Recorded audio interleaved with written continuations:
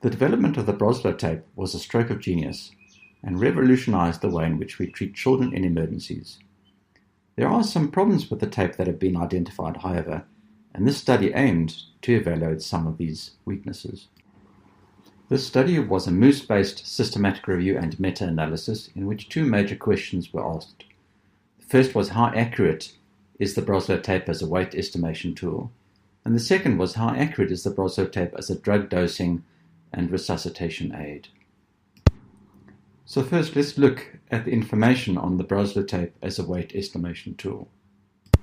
We identified 84 studies from the literature, in which 58 had original data for further analysis.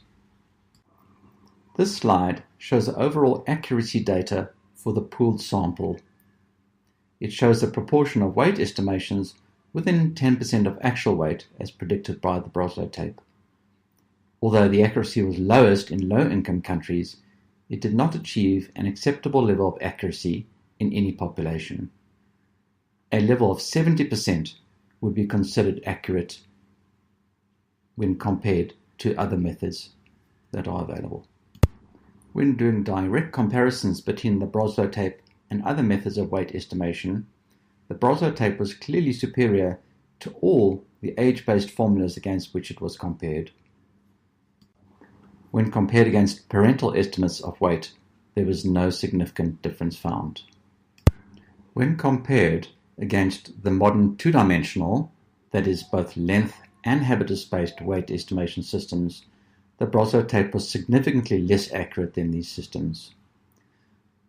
The two systems that have been studied the most are the Mercy method and the pauper tape. They showed clear superior accuracy in weight estimation. Even though the Broselow tape is not the most accurate weight estimation system, perhaps its role in providing drug dose information could overcome this lesser accuracy. So let's look at what the evidence actually showed. We found 34 studies that dealt with the Broselow tape as a drug dosing guide, of which 16 had original data that we could analyze. Most of the simulation studies in which the performance of the Broselow tape as a drug dosing guide were evaluated showed that the Broselow tape was only useful when it was supplemented by additional reference material. Although the Broselow tape on its own was superior to standard methods of dosing, when compared with other methods where more comprehensive information was available, the Broselow tape was not as accurate. In other words, the drug dosing information on the Broselow tape was of very limited value. The reason that the use of the Broselow tape alone did not eliminate errors was because the tape contains incomplete information. The user must still calculate the dilution and the volume to administer, and this is the process where errors can be made. When the tape is supplemented with material that gives this information, then there are many fewer errors.